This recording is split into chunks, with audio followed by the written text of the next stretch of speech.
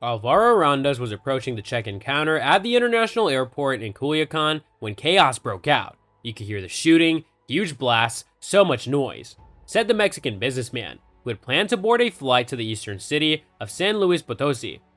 Hello everyone, and welcome to another video. Today we'll be looking at the brutal war between two enemy Mexican cartels that ruined the city. Yeah, you heard it right. Instead, Arandas was forced to scramble for cover as security police and cartel gunmen battled for control of an airfield that had become the latest frontline of a drug war in South America that annually takes tens of thousands of people. There was chaos, people ditched their bags and their phones, they ditched everything in order to take shelter. The 32-year-old remembered of the clashes at just after 8 a.m. on Thursday. 24 hours later, Arandas remained detained in the airport as Mexican military tried to regain full control of Sinaloa state capital following a day of bloodshed and mayhem sparked by the arrest of one of the country's most wanted men, Ovidio Guzman. At least 29 people were killed, including 10 military personnel and 19 alleged cartel shooters, while 35 soldiers were injured. And Guzman, the 32-year-old son of former Sinaloa cartel leader Joaquin El Chapo Guzman, was imprisoned in Mexico City following the most recent brutal episode in the history of his family's northern territory. On the day of Joe Biden's visit next week, Mexico's security head, Rosa Isela Rodriguez, proclaimed on Friday as she hailed Guzman's arrest that no one is above the law. Thursday's day of drama in Culiacan began around 4:40 a.m., according to the local newspaper Noroeste. At a remote fishing village named Jasmara, 45 miles north of the city, security forces claim to have observed a convoy of approximately 25 cartel cars in which their target, El Raton, was believed to be going.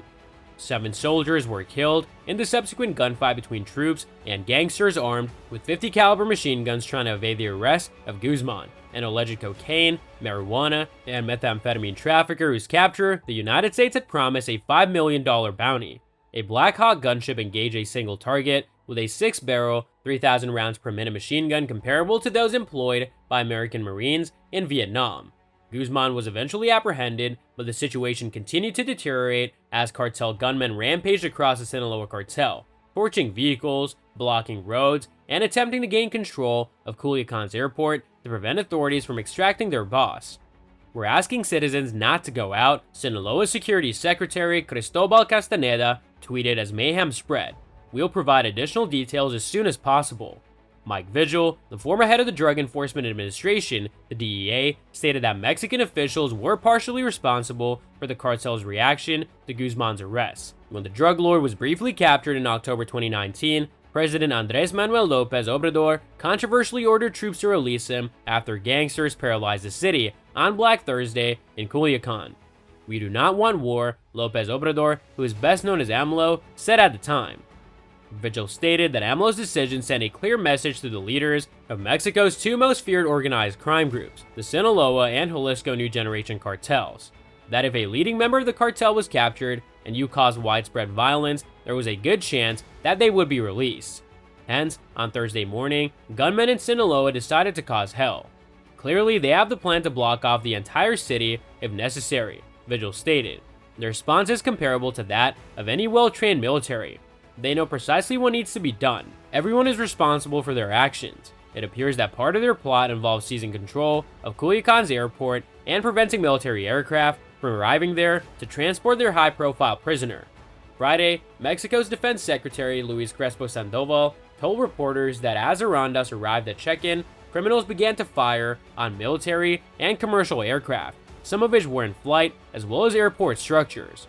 2 Air Force planes had to make emergency landings after being hit by a considerable number of cartel bullets, Sandoval admitted in a breathtaking official account of the warlike violence. The targeted aircraft included the 8:24 a.m. Aeromexico flight to Mexico City, whose passengers were captured on camera ducking for shelter between the jet's dark blue seats as the attack unfolded around them. A terrified child may be heard asking a parent why.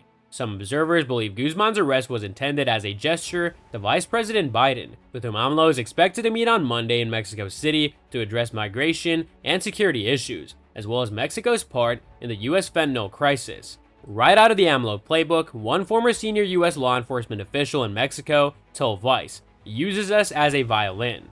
Eduardo Balderas, a security specialist, stated that the capture will allow AMLO to demonstrate to the United States that Mexico is capable of striking effective blows to organized crime.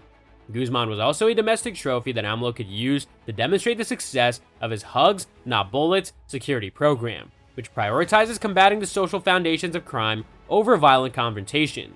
There is evidence that his tactic of Hugs, Not Bullets does not result in impunity. So that's all from today's video. If you enjoyed it, remember to leave a like, subscribe, and ring that bell icon so that you never miss our upcoming videos. And don't forget to share your thoughts in the comments section down below. Stay tuned, and we'll catch you in the next video.